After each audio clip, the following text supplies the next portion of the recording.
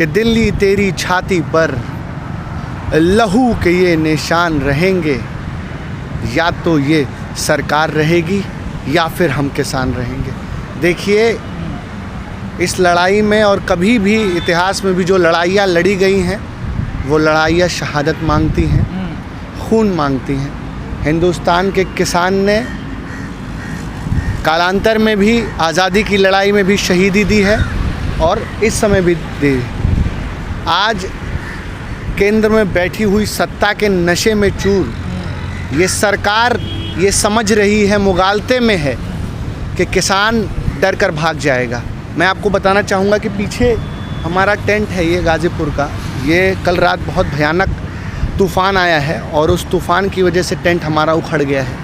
लेकिन मैं सरकार को बता देना चाहता हूँ कि हमारा टेंट उखड़ा है, हमारे हौसले नहीं उखड़े हैं और हमारे हौसले आपकी सरकार को उखाड़ने का काम करेंगे। कृषि मंत्री कह रहे हैं हमने बहुत अच्छा ऑफर दिया था किसानों को। जी, तो हम तो कह रहे हैं ऑफर दिया था, तो आप ये बताइए क्या हिंदुस्तान का किसान कृषि मंत्री से या प्रधानमंत्री से कहने गया था कि ये हमें कानून चाहिए? ये तो कानून थोपे गए हैं। क्या किसी भी किसान संगठन से, किसी भी किसान नेता से ये बात पूछी गई, सलाह लिया गया कि ये 3 कानून क्या आपके हम लेके आए आपको दें? सरासर ये 3 कानून थोपे गए हैं, उद्योगपतियों को फ़ायदा पहुंचा। ये क्यों वापस ले लें? आज अगर प्रधानमंत्री ये तीनों कानून वापस ले लेंगे तो उद्योगपति इनकी सरकार गिरा देंगे और ये सच्चाई है। तो सरकार तो गिराने को आप भी कहते हैं। क्या किसान सरकार गिराएंगे आने वाले समय? बिल्कुल हम गिराएंगे। आप क्या चाहते हैं, इस देश को कॉरपोरेट गुलामी में ढकेलना? आज आप बताइए 1.5 लाख करोड़ रुपया कॉरपोरेट टैक्स माफ़ कर दिया जाता है। बदहाल किसान हर साल उसके बाढ़ आती है, आत्महत्या करता है, उसकी आप 1 रुपया माफ़ नहीं करते। आज कोरोना में लाखों किसान मर गए, आपने 20 लाख करोड़ रुपया का आर्थिक पैकेज दिया था साहब। 20 लाख करोड़ रुपए का कोई हिसाब है? 9 महीने की सुनिए माफ करने के लिए कहते हैं, क्या ये सॉल्यूशन है किसानों की आर्थिक आजादी के लिए? फिर किसानों का लोन माफ कर दें। आज किसान, एक मिनट, आज किसान की जब रीढ़ की हड्डी टूटी हुई है, आज जब किसान को इस महामारी में खाने को नहीं है, तो क्या आप समझ रहे हैं कि वो बैंक के EMIs भर पाएगा? उसको जेल में भेजा जा रहा है। मेहुल चौकसी, नीरव मोदी हज़ारों करोड़ रुपया लेकर के भाग जाते हैं, विदेशी हो जाते हैं, उन पे कोई कार्रवाई नहीं होती, उनकी संपत्तियां जब्त नहीं होती। आज किसान के घर से उसका ट्रैक्टर उठा लिया जाता है, उसके यहाँ उसकी ज़मीन कुर्की करा दी जाती है। क्या बात की बात कर रहे हैं आप? और क्यों नहीं महामारी में उसका लोन माफ? अगर सुनिए, अगर अंबानी अडानी का लोन माफ़ होगा तो हिंदुस्तान के किसान का भी लोन माफ़ होगा। और आप बताइए और क्या कर रहे हैं? आंदोलन सुस्त क्यों पड़ता जा रहा है? आखिर वजह क्या है? आंदोलन सुस्त नहीं है, लगातार भैया 6 महीने हो लिए इस आंदोलन को, 6.5 महीने। विश्व का सबसे बड़ा आंदोलन का तमगा मिल गया इस किसान आंदोलन को। आज तक इतिहास में इतने दिनों तक किसान नहीं बैठा था। और आपको क्या लग रहा है, ये मुगालते में है सरकार कि किसान कमज़ोर हो रहे हैं? दिन पर दिन किसानों की शक्ति 50 गुने बढ़ रही है। और सुनिए, प्रधानमंत्री समझ रहे हैं कि उत्तर प्रदेश जैसे बंगाल हराया है ना, कल आपने देखा कि माननीय मुख्यमंत्री अजय सिंह बिष्ट कैसे नतमस्तक हो रहे थे, समाधान की किताब लेके अमित शाह से फ़ोटो खिंचा रहे थे। अभी तो ये मैं कहना चाहूँगा कि अभी तो ये लड़ाई है, आगे जंग होगी। और सुनिए, ये उत्तर प्रदेश में इनकी वो गति होने वाली है जो इतिहास में नहीं हुई। 8 महीने बाद यूपी में चुनाव हैं जी, किसानों का क्या रोल रहेगा? देखिए, हमारा साफ स्पष्ट है। बंगाल में भी हम इसी मुद्दे पे गए थे। हमारे नेता माननीय श्री राकेश टिकैत जी लगातार ये बात कह रहे हैं कि ये कानून अगर वापस नहीं हुए, ये खेती के किसान विरोधी तीनों कानून, तो हम हर जगह पे गली मोहल्ले चौक चौराहे यहाँ तक कि संसद को भी घेरने का काम करेंगे। और हमारी स्पष्ट मांगे हैं। आज हमारे मांगे मांग लो, आज हम घर जाने को तैयार हैं। पर सरकार ने तो स्पष्ट कर दिया ना, कृषि मंत्री ने अभी भी कहा था कि हमने अच्छा ऑफर दिया था। देखिए संशोधन कर सकते हैं हम कानूनों में। हाँ। ये सरकार बहुत अच्छे तरीके से जानती है कि इनके खिलाफ एक ही व्यक्ति खड़ा हो सकता है। ना तो हिंदुस्तान का व्यापारी खड़ा हो सकता है इस सरकार के खिलाफ, ना हिंदुस्तान का मुसलमान इस सरकार के खिलाफ खड़ा हो सकता है, ना हिंदुस्तान का मजदूर खड़ा हो सकता है इस सरकार के खिलाफ। इस सरकार के खिलाफ अगर कोई खड़ा हो सकता है या कालांतर में कोई खड़ा हुआ है तो वो किसान खड़ा हुआ है। तो किस आंदोलन में मुसलमान या मजदूर नहीं है क्या? हाँ। नहीं, आपके साथ नहीं खड़े? सब खड़े हैं। हाँ।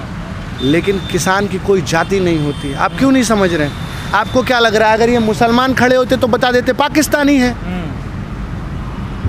व्यापारी खड़े होते तो बता देते कि विदेशी हैं, विदेशी व्यापारी हैं। किसान को कैसे बताएंगे? तो कह रही है कि किसान नहीं है, ये तो बिचौलियां हैं। क्या आपको तो बिचौलिया बता रही है, आप किसान ही नहीं हो, सरकार तो ये कह रही है। अच्छा, अगर किसान नहीं है तो प्रधानमंत्री जी हर बार क्यों ये ट्वीट करते हैं कि आज हम डीडीपी का दाम घटा दिए, कल हम एमएसपी दे दिए? देखिए ये कांप रहे हैं अंदर से, खुश नहीं है जो दो ये दिखा रहे हैं कि हम डर नहीं रहे हैं। मक्के पर इनकी हालत खराब है किसान से, किसान से इनकी हालत खराब है। ये चलाइए इस बात को। इनके मुख्यमंत्री नहीं सभाएं कर पा रहे हैं, जनता तो लाठी लेके पूछ रही है कि हाँ बताओ तुमने क्या किया हमारे लिए। आज मैं छोटी 2 लाइनें कहूँगा कि जब तक दुखी किसान रहेगा धरती पर तूफान रहेगा, और ये सच्चाई है। इस देश की अर्थव्यवस्था को बनाने का काम किसान करता है, किसान खुश रहा, जवान करता है। क्यों? किसान कब खुश रहा बताइए? क्यों? 70 पिछली सरकारों ने जब हरित क्रांति लाई, सारे जो है मैकेनिज्म ले आए, मैकेनिज्म वाली फार्मिंग को लेके आए, हाइब्रिड सीड लेके आए, ऑर्गेनिक के साथ इंडो वेस्टर्न फार्मिंग लेके आए। आप ये बताइए इस सरकार ने क्या तरीके ले आए?